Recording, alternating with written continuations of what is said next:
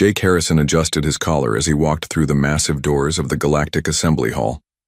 The building was huge, bigger than anything humans had ever built. Its walls were made of some kind of crystal that glowed with soft blue light. The ceiling stretched so high that Jake could barely see the top. This was where the most important decisions in the galaxy were made. Behind Jake walked Colonel Lisa Carter, her military uniform crisp and clean. She kept her face calm, but Jake could see the tension in her shoulders. Next to her was Danny Walsh, a young man who carried a briefcase full of documents. Danny looked nervous. This was his first time off Earth, and everything here was strange and new.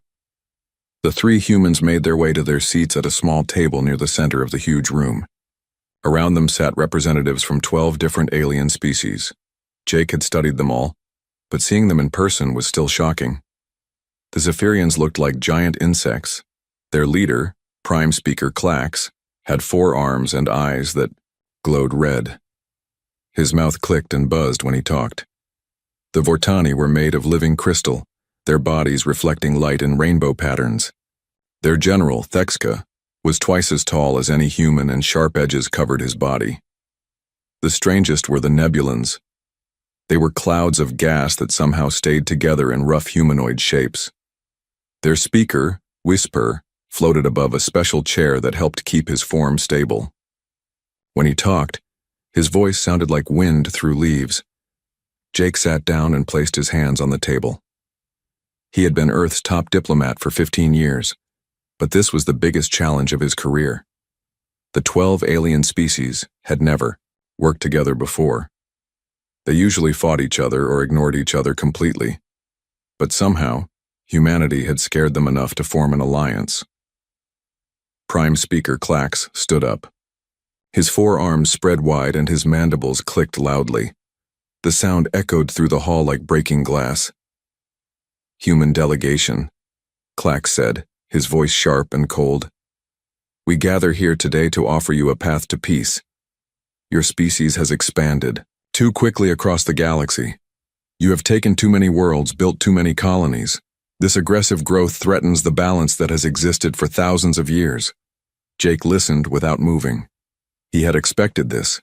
Humans had been exploring and colonizing space for only 200 years, but they had been very successful. They now had colonies on over 300 worlds.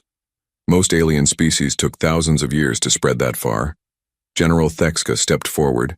His crystal body caught the light and threw colored patterns on the walls. "The Galactic Coalition has prepared terms for peace," he said. His voice sounded like grinding stone. "These terms are generous. We could have simply destroyed your colonies, but we choose to be merciful." Danny Walsh opened his briefcase and pulled out a recording device. Jake nodded at him. Everything said here would need to be reported back to Earth. Whisper floated closer to the human table. His gaseous form swirled and shifted as he spoke. "The terms are simple," he whispered.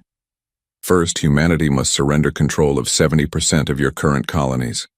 You may keep only the worlds closest to your home system."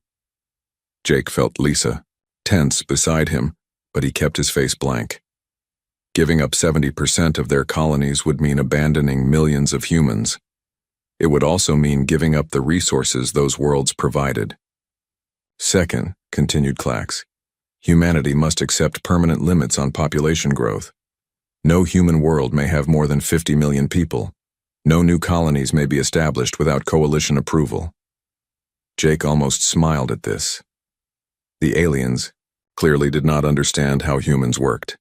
Putting limits on human population and expansion was like trying to stop water from flowing downhill. Third, said Thexka, all human military forces must be reduced by 80%.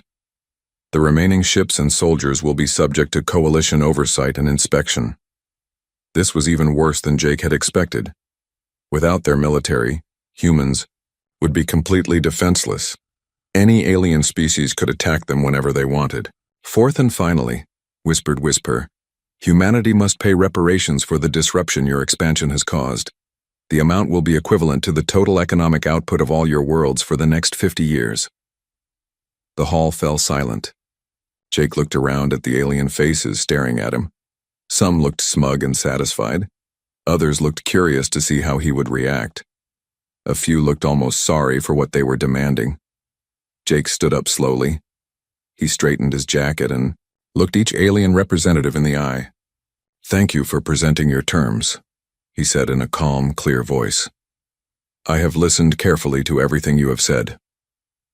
The aliens leaned forward, expecting him to begin negotiations or ask for changes to the terms. Instead, Jake turned to Lisa and Danny. "Pack up our materials," he said. "We're leaving." Danny's mouth fell open. "Sir?" he said quietly. "You heard me," Jake replied. "We're done here." Lisa closed her briefcase with a sharp click. Danny fumbled with his recording device and papers, his hands shaking slightly. The alien representatives looked confused. This was not what they had expected. Prime Speaker. Clax's mandibles clicked rapidly. "You cannot simply leave," he said. "These terms are final. There will be no better offer." Jake picked up his coat from the back of his chair. "I understand," he said. "And our answer is, no, we reject your terms completely." General Thexka stepped forward, his crystal body glowing brighter. "You do not understand the situation," he said. "We outnumber you 50-1. Our combined fleets could destroy every human world in a matter of months. You have no choice but to accept." Jake walked toward the door, followed by Lisa and Danny. He paused and turned back to face the assembled aliens. "You're right that you outnumber us," he said. "You're right that your fleets are bigger than ours. But you're wrong about one thing." "What is that?" whispered Whisper. Jake smiled for the first time since entering the hall. It was not a happy smile. "You're wrong if you think we have no choice," he said. "We always have a choice, and we choose to walk away." The three humans left the hall, their footsteps echoing in the sudden silence. Behind them, 12 different alien species sat in stunned shock. They had planned for human anger, for desperate negotiations, for pleading and bargaining. They had not planned for this simple, quiet dignity. Jake Harrison had just done something no alien species had ever done before. He had walked away from the Galactic Coalition without fear, without anger, and without looking back. The aliens watched the doors close behind the human delegation and realized they might have made a terrible mistake. The emergency meeting began 3 hours after the humans left. The Galactic Assembly Hall buzzed with nervous energy as alien representatives gathered around the central table. None of them could sit still. The Zephyrians clicked their mandibles, constantly. The Vortani crystals flickered with rapid color changes. Even the normally calm nebulons swirled faster than usual. Prime Speaker Clax paced back and forth, his forearms moving in agitated gestures. "This changes nothing," he declared. "The humans are playing a game. They want us to think they are strong, but we know better. They will be back within days, begging for mercy." General Thexka's crystal body glowed bright red. "Agreed. No species can survive alone against the entire galaxy. The humans are emotional creatures. They acted in anger, but logic will bring them back." Whisper floated above his chair, his gaseous form more scattered than usual. "My economic models show that humanity cannot survive without galactic trade. Their colonies depend on imports from 17 different systems. Cut off those supplies, and their worlds will starve within 6 months." The other alien representatives nodded in agreement. The Helix ambassador, a tall reptilian creature with green scales, hissed softly. "My people have dealt with human traders for 50 years. They need our rare minerals for their technology. Without them, their machines will stop working." "Commander," Yix of the Stellar Confederation tapped his claws on the table. "We should begin the blockade immediately. Surround human space with our fleets. Stop all ships from entering or leaving their territory. They will surrender within weeks." The aliens spent the next 4 hours planning their response. They would cut off all trade with human worlds. They would block human ships from using the major space lanes. They would convince neutral species to stop doing business with humans. It was a perfect plan, and every alien in the room believed it would work. Meanwhile, on Earth, President Kate Morgan sat in the Oval Office with her closest advisors. The room was quiet except for the soft hum of computers and the occasional rustle of papers. Kate had been president for 6 years, but she had never faced a crisis like this. Defense Secretary Ryan Bell stood beside a large screen showing a map of human space. Red dots marked each human colony, connected by thin lines that showed trade routes and communication links. "Jake's message came through an hour ago," Ryan said. "The aliens rejected our counteroffer and demanded we accept their terms immediately. Jake did exactly what we discussed." He walked away. Chief of Staff Amy Foster sat across from Kate, reading reports from colony governors across human space. "The outer colonies are asking for instructions. They want to know if they should prepare for war." Kate shook her head. "Not war. Something else entirely." She turned to the man sitting quietly in the corner. "How long do we need?" Dr. Charles Kim had been working on contingency plans for 15 years. He was a small, quiet man who rarely spoke in meetings, but his plans had shaped human policy throughout the galaxy. 48 hours to implement Phase 1, he said. 2 weeks for complete protocol activation. "And the aliens won't notice?" asked Amy. Charles smiled for the first time in months. "They'll notice, but they won't understand what they're seeing. They expect us to panic, to send desperate messages, to beg for help. Instead, we're going to disappear." 3 days later, the alien blockade began. 12 different fleets moved into position around human space. The Zephyrian Third Fleet took the northern approach. The Vortani battle group controlled the eastern trade routes. Nebulon ships spread like fog across the southern borders. It was the largest military operation in galactic history. Admiral Corks commanded the operation from his flagship, the Eternal Vigilance.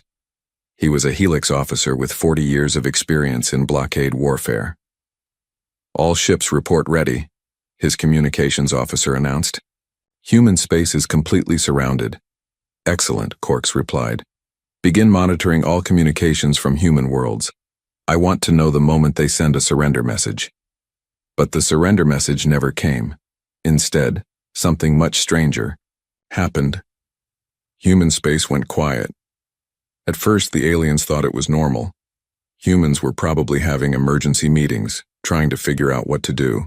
But hours passed, then days, and still no communication came from human worlds. "Sir," reported Lieutenant Vex from the communication station, "we're not picking up any signals from human colonies. No radio, no subspace, nothing." Admiral Corks frowned. "Check the equipment. There must be a malfunction." The equipment was fine. Human worlds had simply stopped talking to each other, at least in ways the aliens could detect. Trade ships that normally moved between human colonies disappeared from sensors. The busy traffic that usually filled human space simply vanished. "It's impossible," muttered Commander Thexka when he received the reports. "Humans are social creatures. They need constant communication. Something must be wrong with our monitoring systems." But the monitoring systems were working perfectly. The aliens could still detect communication from every other species in the galaxy. Only human signals had disappeared. 2 weeks into the blockade, the first truly disturbing reports began to arrive. Captain Zeal of the Vortani scout ship Clarity had been ordered to observe the human colony of New Boston from long range. What he found made no sense. "The colony appears normal," Zeal reported to his commanders. "I can see cities, farms, industrial areas, but there are no ships arriving or departing. No trade vessels, no supply runs, nothing. Yet the cities are still lit up at night. People are still moving around. It's like they don't need anything from outside their world."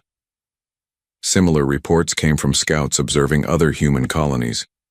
The worlds looked fine, but they had become completely self-contained. No imports, no exports, no communication with other systems. It was as if each human world had become its own separate universe. General Thexka called another emergency meeting. "This is not what we expected," he admitted to the other alien leaders. "The humans should be desperate by now. Their colonies should be running out of supplies. Instead, they seem to be functioning normally. Prime Speaker Clax clicked his mandibles nervously. Perhaps they had more supplies stored than we thought. Give it more time. They cannot last forever. But doubt was beginning to creep into alien minds. The blockade was supposed to force humans to surrender quickly. Instead, it seemed to have had no effect at all. The humans had simply vanished from galactic civilization as if they had never been part of it. Whisper swirled anxiously above his chair. My economic models assumed human colonies were dependent on galactic trade. If they can survive without it, then everything we know about them is wrong. The aliens continued their blockade, but confidence was fading. They had expected to see human worlds struggling, human leaders pleading for negotiations, human colonies collapsing from lack of supplies.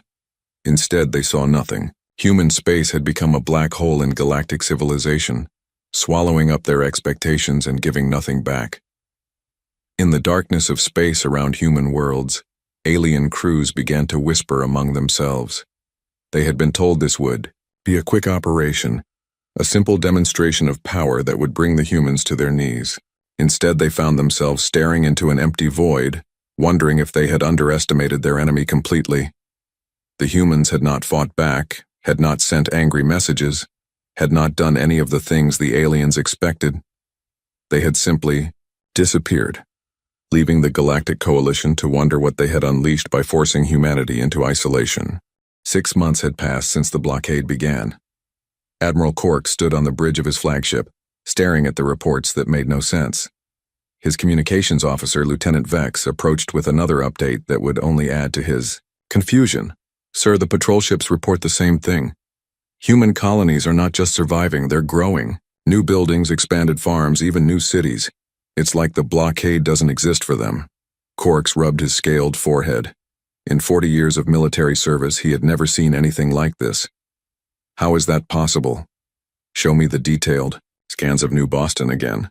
The main screen lit up with images of the human colony. 6 months ago, New Boston had been a typical frontier world with basic farms and small manufacturing plants.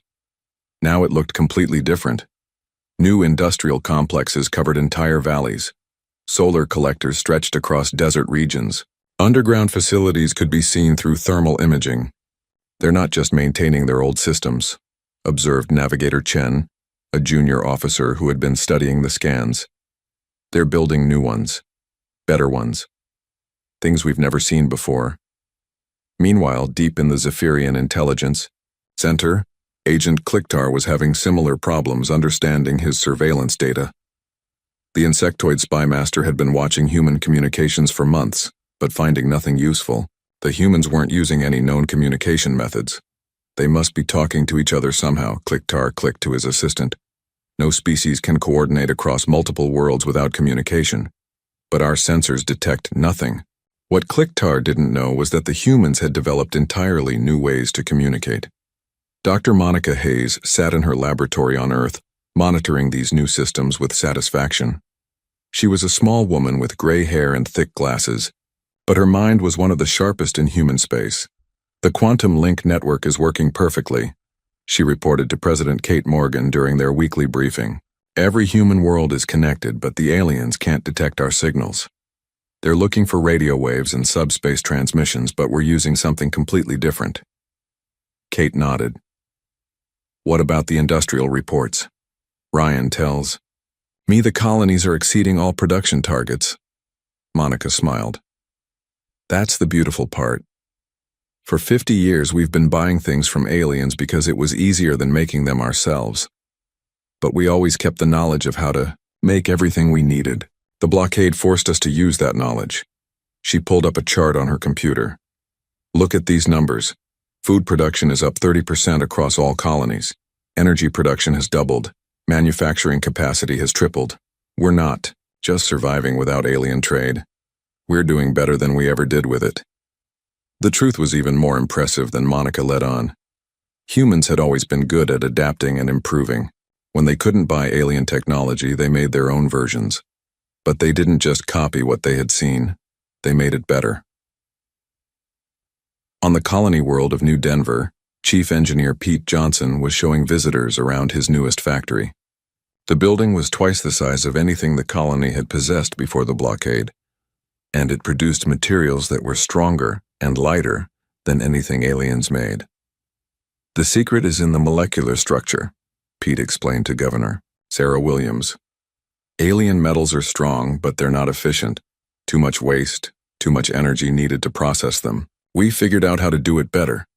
Sarah looked at the production charts with amazement.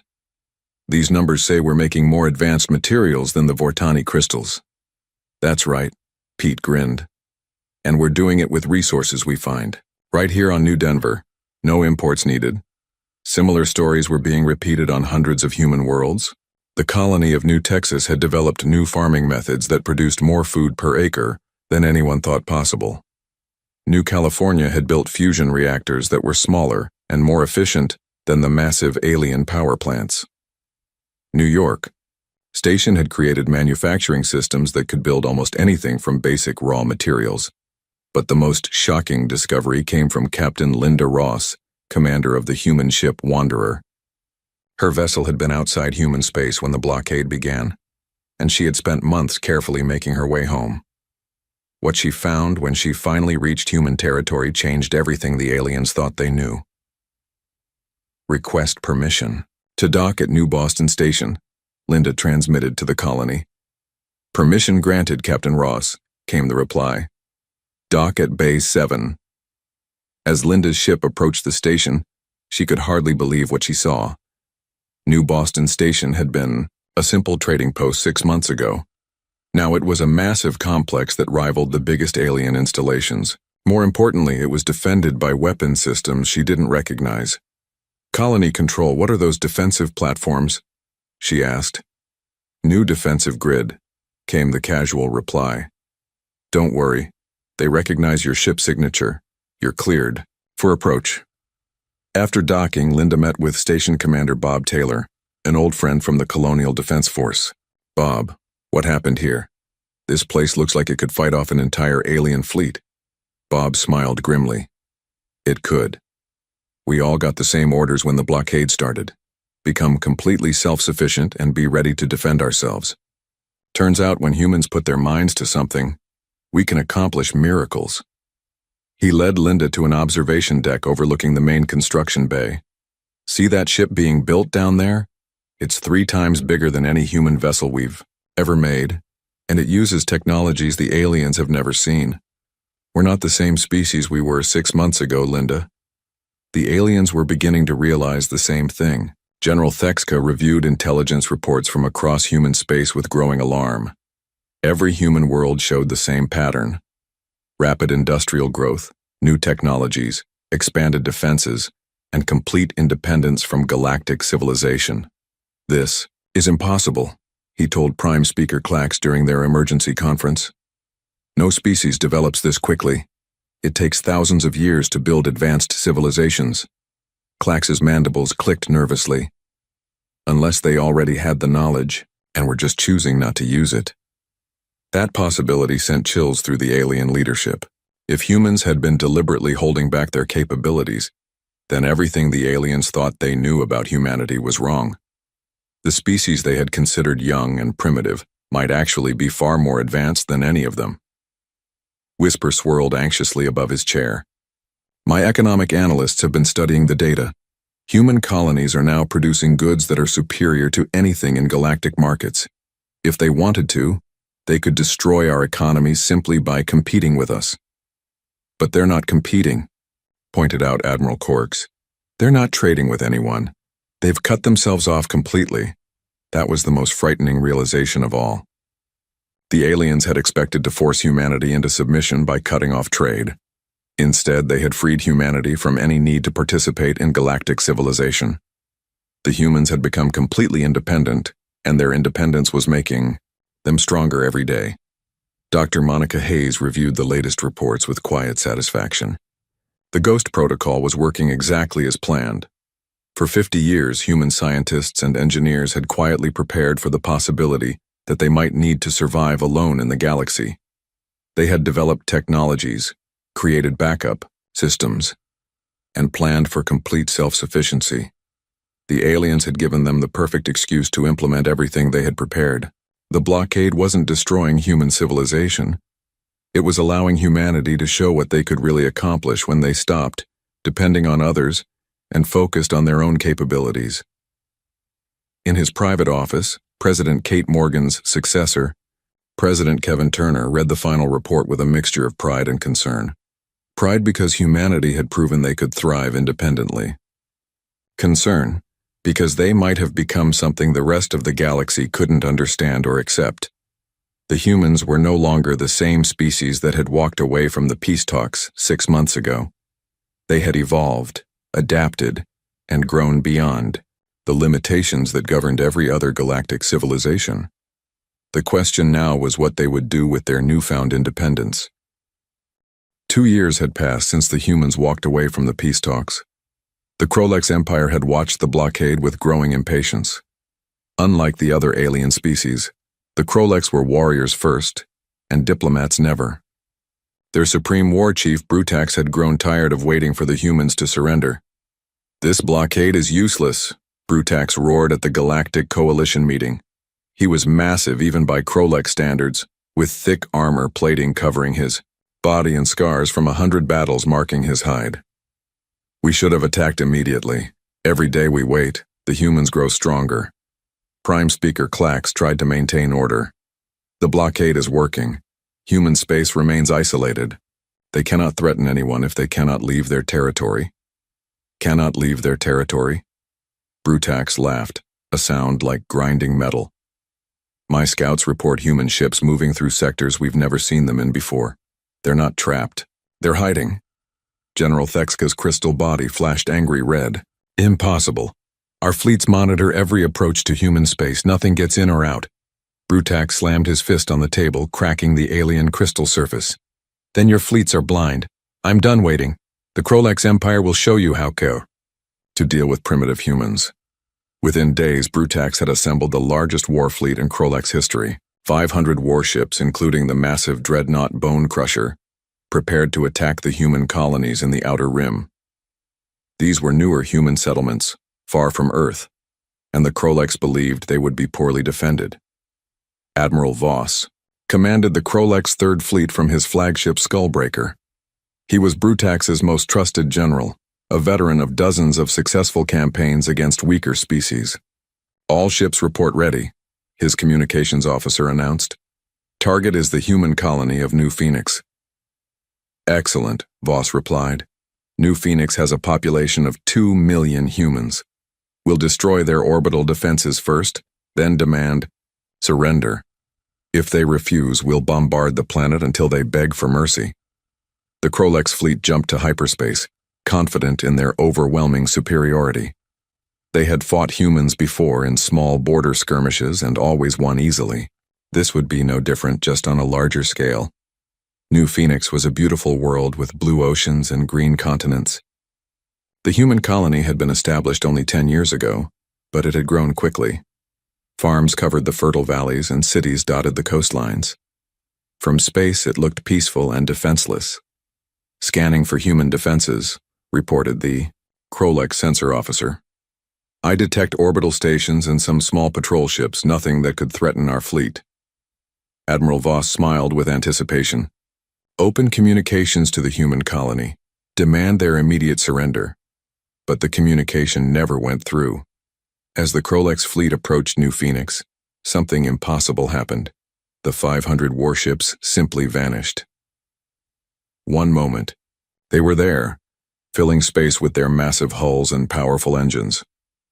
The next moment, they were gone. No explosion, no debris, no distress signals.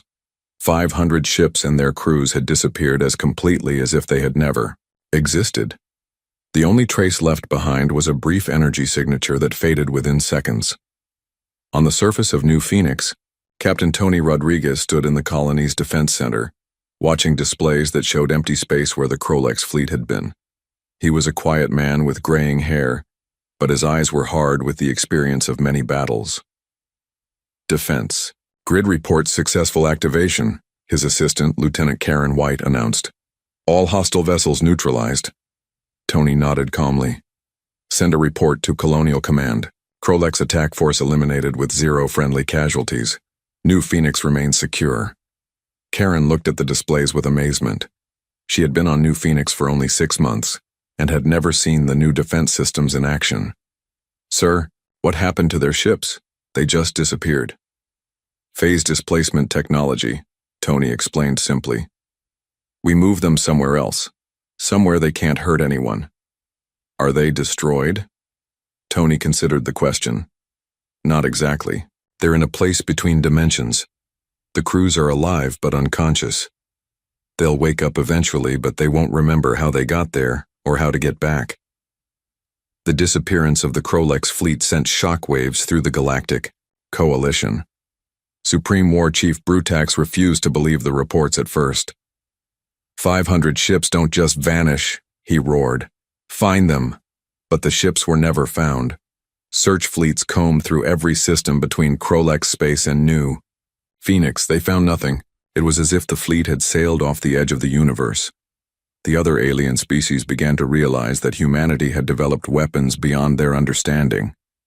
General Thexka called an emergency meeting of the coalition leadership. We must reconsider our approach, he said, his crystal body flickering with nervous energy.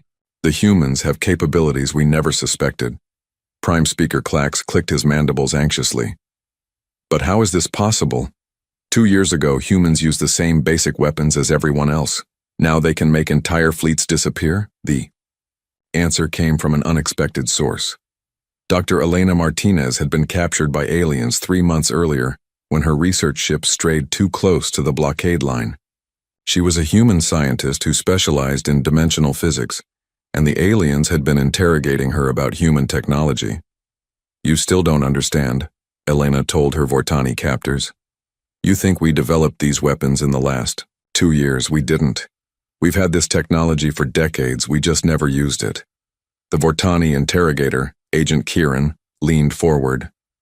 Why not use your best weapons? Elena smiled sadly. Because we hoped we wouldn't need them. Humans prefer to solve problems through trade and diplomacy. But when you forced us to choose between surrender and survival, we chose survival. What other weapons do you have? Kieran demanded. I can't tell you that, Elena replied. But I can tell you this.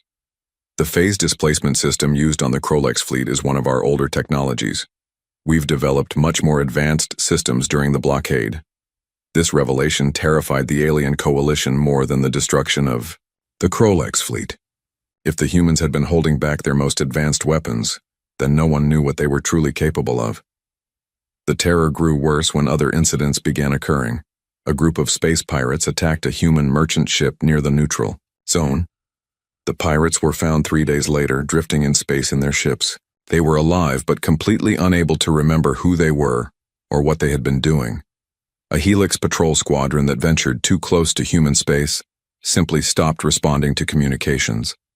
When rescue ships found them, the crews were sitting calmly at their stations, staring straight ahead with blank expressions. They remained that way for weeks before slowly recovering their memories. But they could never remember what had happened to them. Most frightening of all were the reports from long-range sensors. Human ships were being detected in distant parts of the galaxy, far from known human space. But when alien vessels were sent to investigate, they found nothing. The humans seemed able to appear and disappear at will. Ambassador Nathan Clark stood in the communication center of New Denver Colony, preparing to send a message to the Galactic Coalition. He was a tall man with a calm voice, chosen specifically because he could deliver frightening news without sounding threatening. To the leaders of the Galactic Coalition, Nathan began, his voice steady and polite. Humanity wishes to inform you that we bear no ill will toward any species that respects our territorial boundaries.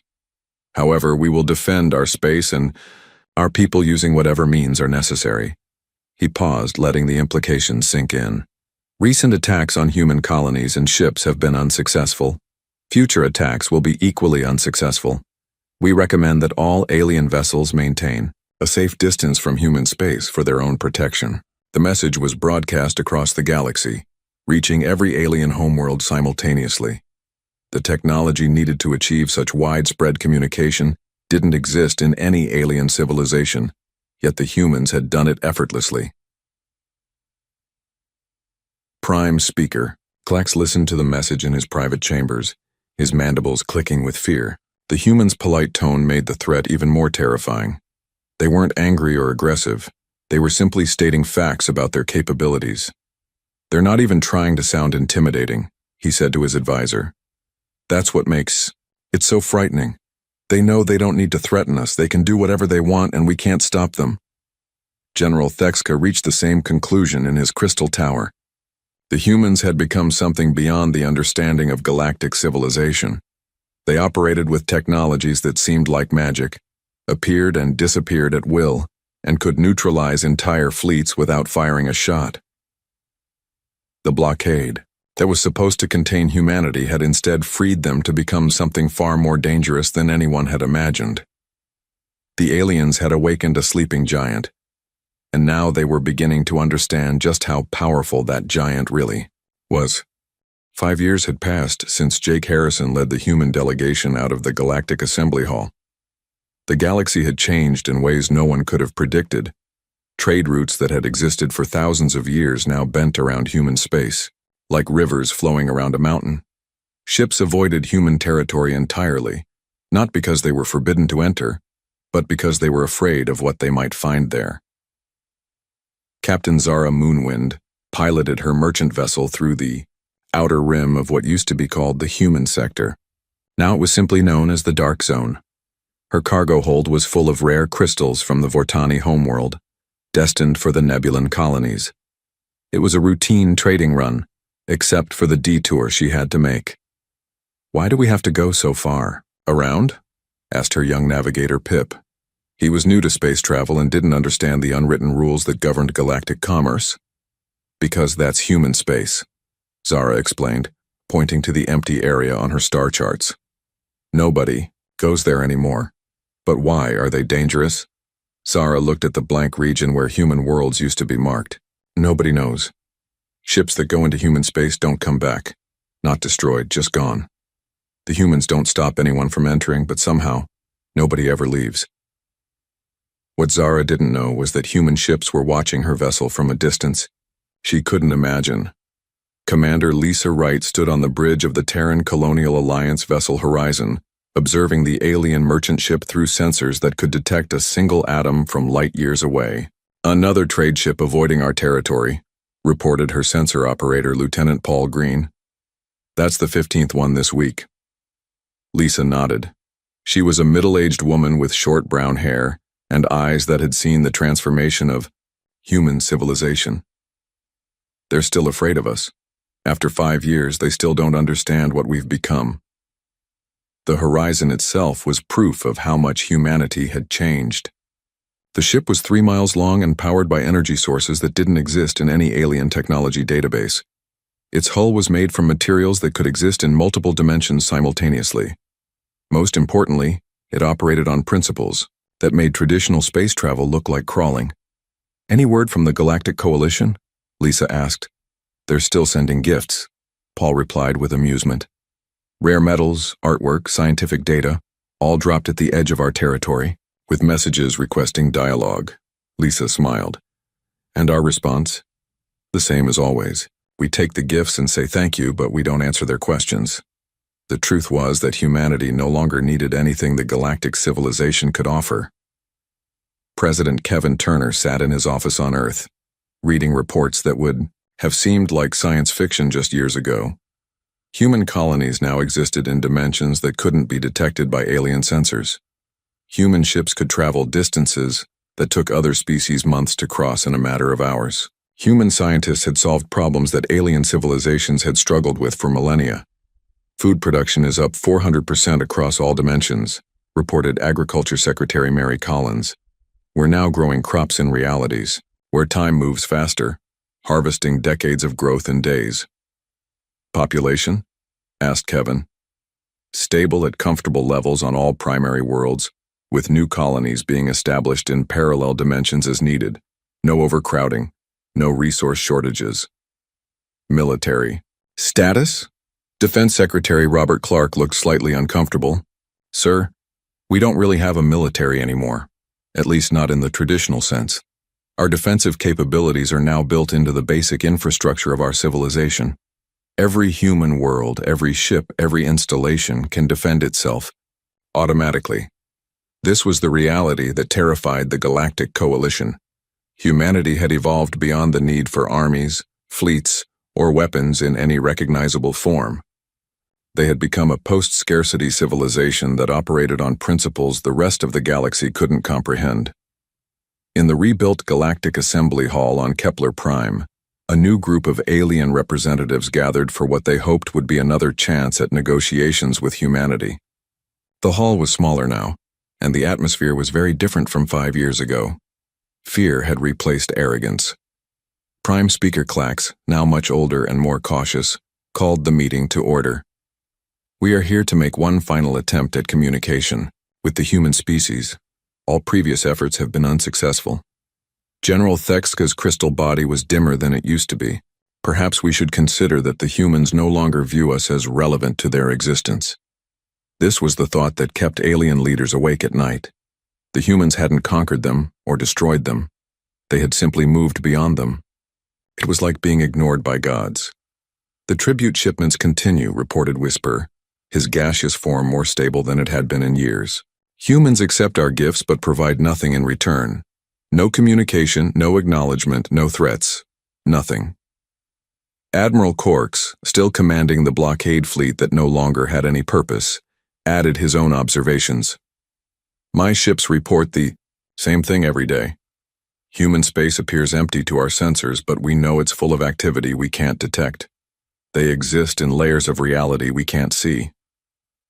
The meeting continued for hours, but it always reached the same conclusion. The aliens had lost contact with humanity not because of war or conflict, but because humans had transcended the limitations that governed everyone else's existence.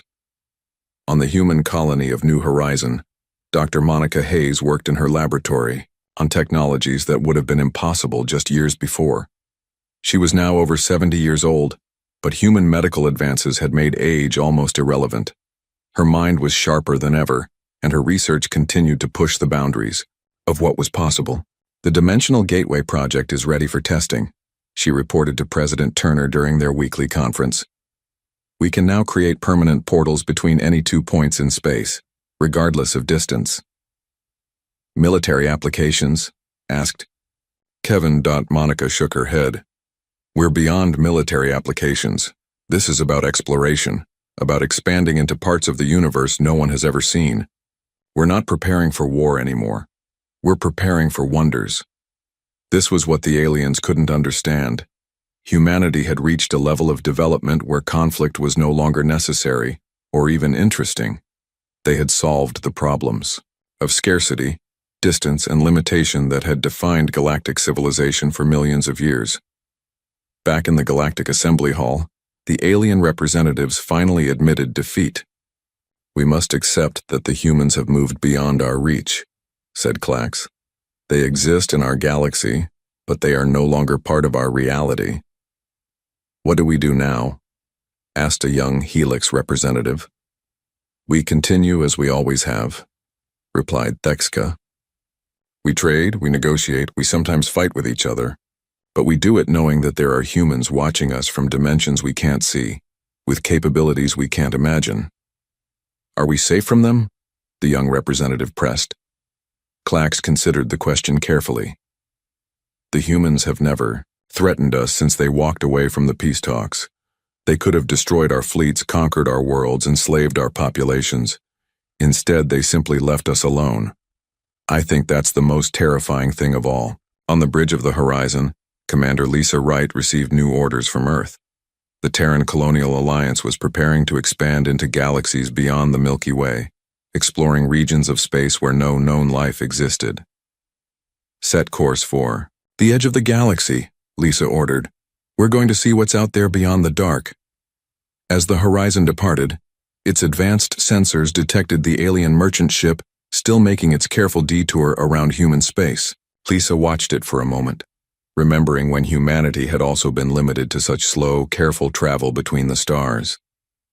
Do you think they'll ever understand what we've become? Asked Paul. Lisa considered the question as stars streaked past, the view screen at speeds that defied conventional physics.